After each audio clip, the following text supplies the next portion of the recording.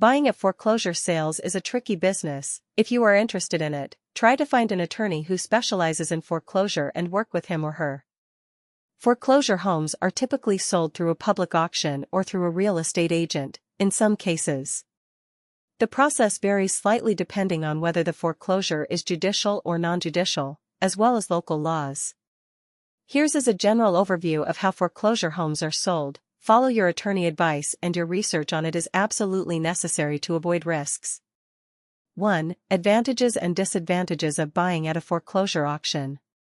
Advantages: lower purchase price. Buyers may be able to purchase the property below market value, which is attractive for investors and home buyers looking for a deal. Clear title. If the auction goes through without complications, the buyer typically receives clear title to the property. It's the buyer's responsibility to do a title search and understand any others' liens, court orders, or any second or third mortgages.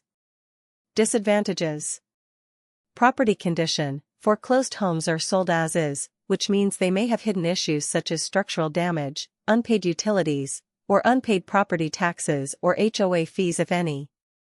No inspection. Often, buyers can't inspect the property before the auction, which can lead to unpleasant surprises if serious repairs are needed. Liens and debts. Some liens, such as unpaid taxes or HOA fees, may not be wiped out in the foreclosure process, leaving the new owner responsible for these debts. Eviction process. If the property is occupied, the new buyer will need to handle the eviction of the previous owner or tenants, which can be time-consuming and costly. Important tips for bidders. Do your research. Before bidding, research the property, its market value, potential liens, and local foreclosure laws. This might involve doing a title search, visiting the property, if possible, and checking for any pending legal issues. Understand the auction terms. Be aware of the auction rules and payment requirements to avoid losing your deposit or failing to complete the purchase.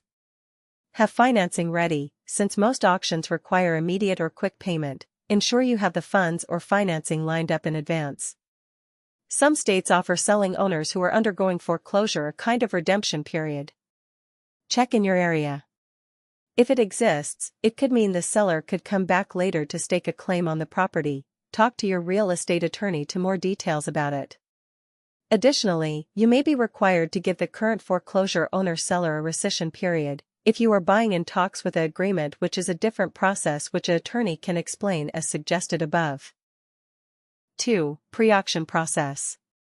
Notice of default. NOD. When a homeowner falls behind on mortgage payments, the lender will issue a notice of default, NOD, starting the foreclosure process. The homeowner typically has a period, called the grace period, to cure the default or settle the debt. If they don't, the foreclosure process moves forward. Public notification. After the NOD, the property is often publicly advertised, via newspapers, online listings, or government websites, to notify interested buyers of the upcoming auction. The advertisement usually includes details about the property and the date of the auction. 3. Auction format. There are two main types of foreclosure auctions: judicial foreclosure auctions and non-judicial foreclosure auctions. Both types, however, usually follow a similar process for selling homes. Judicial foreclosure auction, court-ordered. In judicial foreclosure states, the process involves a court, and the auction is held by the court or under the supervision of a court-appointed officer. The court will approve the sale, and the auction is typically scheduled after a final judgment is issued. The auction is usually held in a public space such as a courthouse or government building. Non-judicial foreclosure auction, outside of court.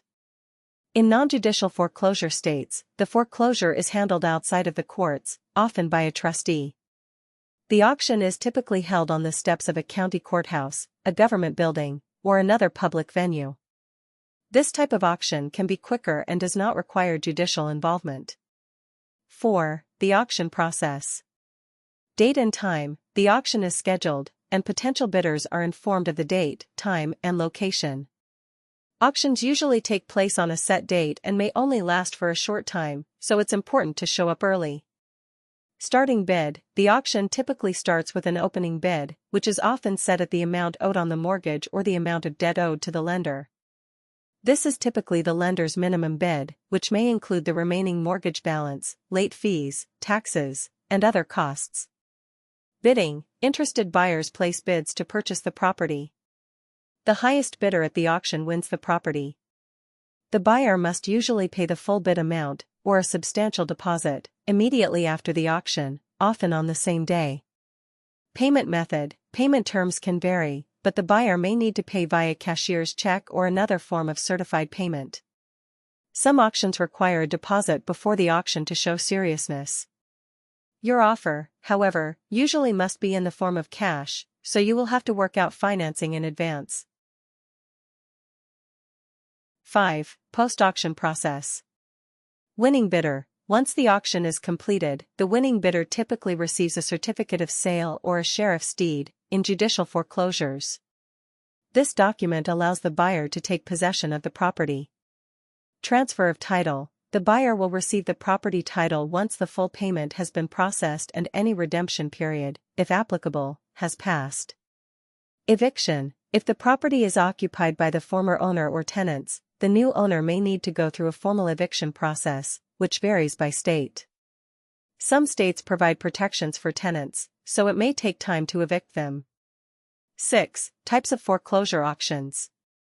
Bank-owned property auctions. After a foreclosure auction, if no one bids at the auction or the highest bid is below the outstanding debt, the property is usually taken back by the lender, the bank. The bank may then sell the property through an auction or through a real estate listing, as an REO property, or real estate-owned property. Public foreclosure auctions. These are the most common types of foreclosure auctions, where interested buyers can bid on the property. The property is often sold as is, meaning the buyer accepts the property in its current condition with no warranties or guarantees. 7. Buying foreclosed homes through a real estate agent. In some cases, foreclosed homes may not go to auction but are listed by the lender or bank as real estate-owned, REO, properties. These homes are listed for sale through a real estate agent, often with a discounted price. While they may be in better condition than homes sold at auction, buyers still need to be cautious about potential issues. By understanding how the foreclosure auction process works, you can navigate the complexities and reduce the risks associated with purchasing a foreclosed home. Financial advisor consultation. Always consult with a financial advisor and real estate attorney for personalized advice based on your financial situation and goals. Disclaimer: this is for informational purposes only, not to influence. Always perform thorough research and consider your financial situation before making investment decisions and purchasing real estate. Investments carry risks, and you may lose value, including your principal investment, or your investment might become zero.